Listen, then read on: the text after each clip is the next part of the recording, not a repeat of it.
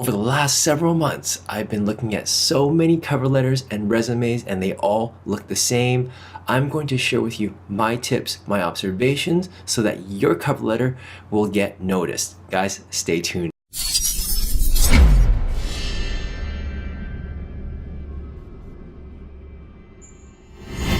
Hey guys, it's Brian back at you with another video where my goal is to mentor you to a rewarding career and to help you create a life you're proud of. And in that endeavor, I'm going to be sharing some tips with you on how to write an awesome cover letter. But before I do, I want to let you know that you can click the card above, go to my website 101mentoring.com and send me your questions, whether it's about career development, personal development, whatever the case may be. It is a free service that I offer you guys where you can submit your questions to me. I'll answer them whenever I can. If you do need an answer right away, I do have paid services that provides exactly that. I also have video mentoring sessions available as well. Okay guys, so let's talk about cover letters. Now lately, I've been going through a lot of resumes as I'm currently hiring for a position right now in the company I'm working for. Now, when I'm screening for candidates, I want to look at your resume. The resume is the biggest piece of the puzzle. For me, it's about looking at your education, but also very important is your experience and more importantly, where you've worked. Have you been working at big brands, big companies, companies that are very well known, very well recognized, or are they more smaller companies or startups or enterprises that nobody knows about? And the point that I'm trying to emphasize here is that it's important for me to look at the resume.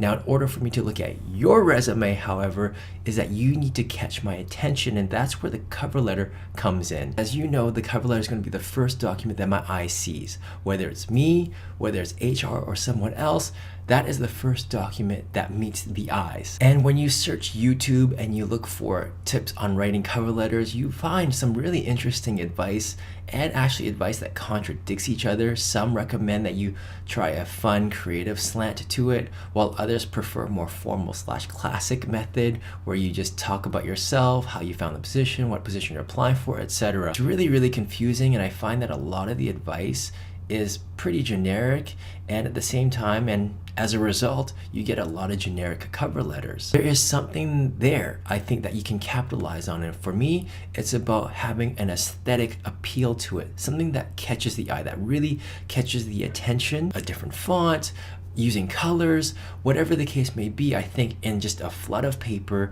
for that to catch my eye, I'm going to go to that document that is different. It's a reflection of you. It shows that this person is thinking differently. This person is trying a different approach. Any hiring manager, any HR person, any person looking to fill a role, they're so busy. They have tons of resumes to go through. They're going to try to do it in the most simplest and easiest way. And if that's the first thing that makes it easy for me to choose, I'm going to go for that. And it's going to let me look at your cover letter. If I like what I see, I'll go to your resume. Of course, the cover letter still needs to have substance. It still needs to talk about your skills. It still needs to talk about what you've done. It still needs to talk about why you're applying for the job and what job you're applying for. I get all of that, and the cover letter needs to hit those points. However, you have to talk about all of that in a way that really reflects your personality. So for example, if you are a serious person that's very structured and very analytical, it makes sense to have a format that reflects that, or for you to describe yourself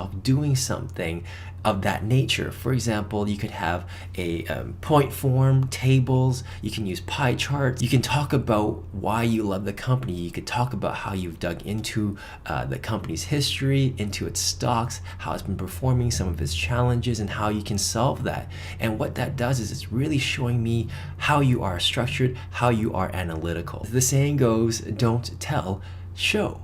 So another example would be, let's say you are a very sociable person and you are applying for a role that requires that aptitude, that characteristic, that skill set. Well, don't tell them that you're a sociable person, show it. Describe how you're energized and driven to be in a situation with complete strangers. Maybe you can share your tips and tricks on how you have really, really good connection and conversations using small talk. Show your social network, how many connections you have on LinkedIn, or how many people you know in the network. Now, I realize I'm just throwing examples out there, but the point is that it's very important for the reader to get a good sense of who you are and understands what you bring to the table. Now, for many of you, this could be very, very foreign.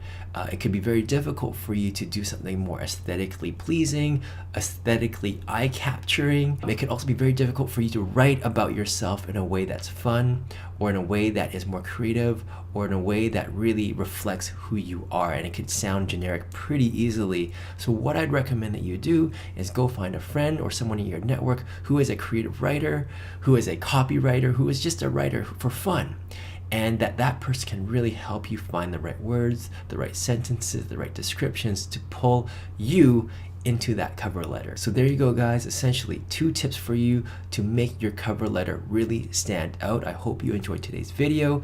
If you have a question for me that you'd like me to answer in a future video, you know where to find me, 101mentoring.com.